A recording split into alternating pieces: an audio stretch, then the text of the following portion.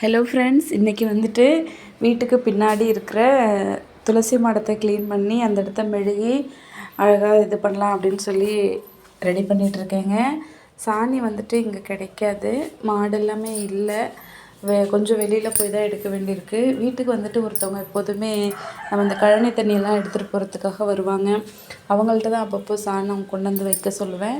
இன்றைக்கி அவங்க கொண்டு வந்து தான் வச்சுருக்காங்க. எப்போதுமே வெள்ளி செவ்வாய் வந்துட்டு வைப்பாங்க. வெள்ளிக்கிழமை முத நாளும் செவ்வாய்க்கிழமை முத நாளும் வந்துட்டு கொண்டு வந்து வைப்பாங்க. இன்றைக்கி அவங்க எடுத்துகிட்டு வந்து வச்சுருந்தாங்க.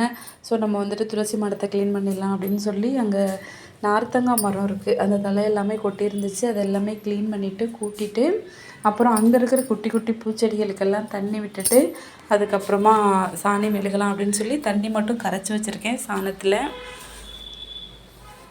அங்கே வந்துட்டு ஒரு மல்லிகைப்பூ செடி, டிசம்பர் செடி, ஒரு குட்டி குட்டி செடிகள்லாம் வச்சுருப்பேன். முன்னாடி நிறைய இருந்துச்சு, அது எல்லாமே எடுத்துகிட்டு கொஞ்சம் கொஞ்சம் அதிகமாக வளர்ந்துருச்சு அப்படின்னா ரொம்ப கசகசன்னு ஆகிடுது. அதுக்கப்புறம் அங்கே பாம்பு பூச்சி ஏதாவது வந்துடும் அப்படின்னு சொல்லி க்ளீன் பண்ண வேண்டியிருக்கு. அதே மாதிரி தான் இப்போ க்ளீன் பண்ணிட்டேன்.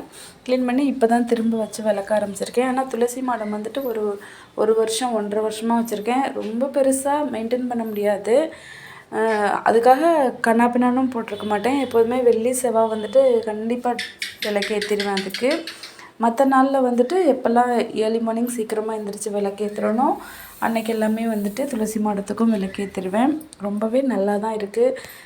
துளசி மாடம் வந்துட்டு சில பேர் ரொம்ப பயமுறுத்துவாங்க, நம்ம கரெக்டாக மெயின்டைன் பண்ணாலும் நமக்கு பிரச்சனை வந்துடும், வந்துடும், அப்படி எல்லாமே கிடையாது. ரொம்ப சுத்தமாக வச்சுக்க வேண்டியது ரொம்ப முக்கியம். வீட்டுக்கு முன்னாடி வைக்கிறப்போ எனக்கு வந்துட்டு அது சரியாக படலை. எல்லாரையுமே இங்கே வந்து எங்கள் வீட்டில் பார்த்தீங்க அப்படின்னு சொன்னால் நிறைய ஃபேமிலிஸ் இருக்காங்க, நிறைய குழந்தைங்க இருக்காங்க. அவங்கள்ட்ட இருந்தெல்லாம் வந்துட்டு அதை காப்பாற்றுறது ரொம்ப கஷ்டம். ஸோ வீட்டுக்கு பின்னாடி வச்சுருக்கேன், கொல்லை பக்கத்தில் வச்சுருக்கேன். அது வந்து எனக்கு எந்த பிரச்சனையும் இல்லை, நல்லா இருக்குது.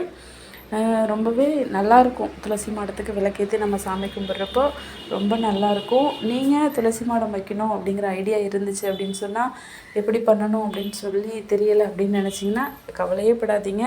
ஒரு மண் சட்டி, பிளாஸ்டிக்கில் வைக்கக்கூடாது, மண் தொட்டியில் வந்துட்டு ஒரு துளசி செடி வாங்கி அழகாக நமக்கு தெரிஞ்ச முறையில் அதுக்கு விளக்கேற்றி சாமி கும்பிட்டோம் அப்படின்னு சொன்னால் போதும்.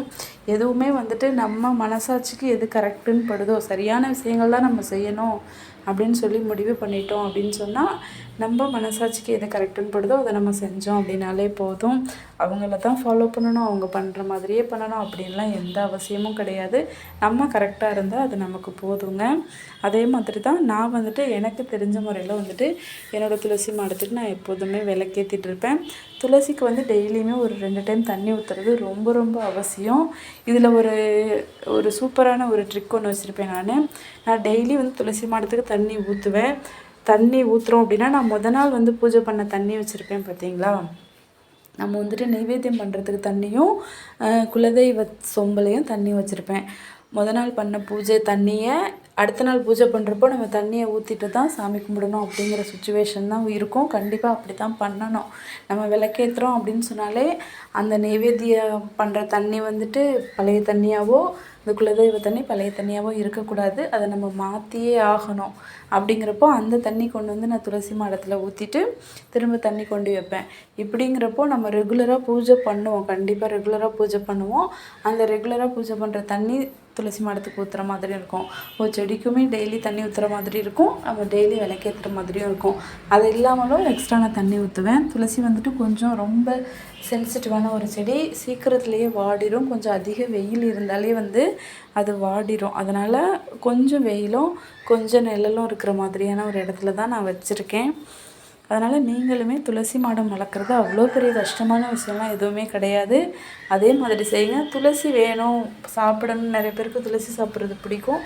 துளசி சாப்பிட்றது ரொம்பவே நல்லதும் கூட, லக்ஷ்மி கடாட்சம் பெருகும். ஆனால் அது வந்து நம்ம பூஜைக்குன்னு வச்சுருக்கோம் பார்த்தீங்களா, அந்த செடியிலேருந்து எடுத்து சாப்பிடாம தனியாக துளசி செடி வச்சுக்கிட்டோம் அப்படின்னு சொன்னால் அது ரொம்ப ரொம்ப நல்லதுங்க.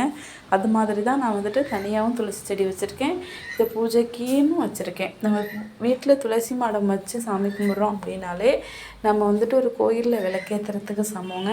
கோயிலுக்கு போக முடியாத நாட்களில், கோயிலில் பண்ண வேண்டிய சம்பிரதாயங்கள்லாம் போக முடியாத டைமில் கூட நம்ம அந்த துளசி செடிக்கிட்ட பண்ணிட்டோம் அப்படின்னு சொன்னால் ரொம்பவே திருப்தியாக இருக்கும்.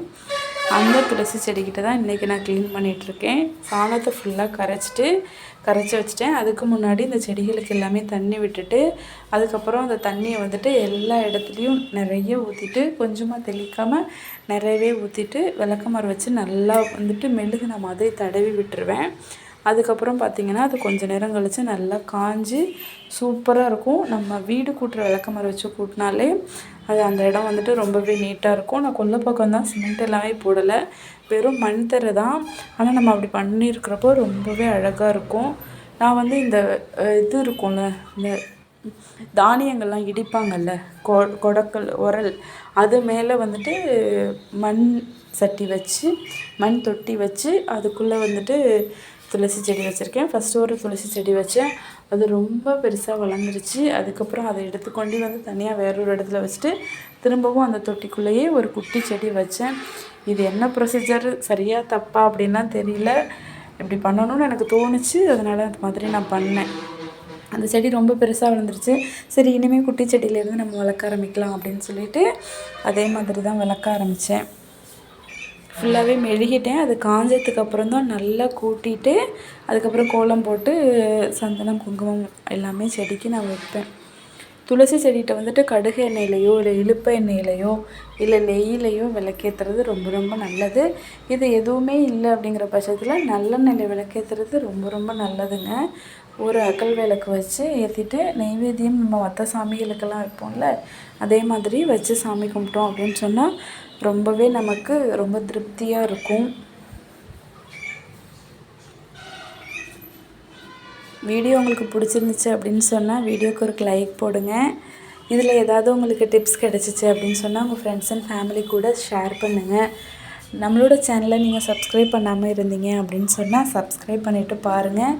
அது வந்துட்டு எனக்கு ஒரு சின்ன மோட்டிவேஷனாக இருக்கும். ரொம்ப நாளாக வந்துட்டு ஒரே மாதிரியே போயிட்டுருந்துச்சு அப்படின்னு சொன்னால் வீடியோ போடுறதுக்கான இன்ட்ரெஸ்ட்டே இல்லாமல் இருந்துச்சு. சப்போஸ் அதாவது பெரிய லெவலில் என்னால் பண்ண முடியாது. நான் என்ன வீட்டுக்குள்ளேயே இருந்துட்டு வீட்டையும் கவனிச்சிக்கிட்டு இது மாதிரி வீடியோ எடுத்து அப்பப்போ போட்டுட்ருப்பேன். ஸோ வந்துட்டு எனக்கு உங்களோட சப்போர்ட் கொடுத்தீங்க அப்படின்னு சொன்னால் ரொம்பவே அது எனக்கு ஹெல்ப்ஃபுல்லாக இருக்குங்க. ஓகே ஃப்ரெண்ட்ஸ், இன்னொரு நல்லதொரு வீடியோவில் திரும்பவும் உங்களை சந்திக்கிறேன். என்னோடய வீடியோ பிடிச்சிருந்துச்சா என்ன அப்படின்னு சொல்லிட்டு கமெண்ட் பண்ணுங்கள். ஓகே, பாய்.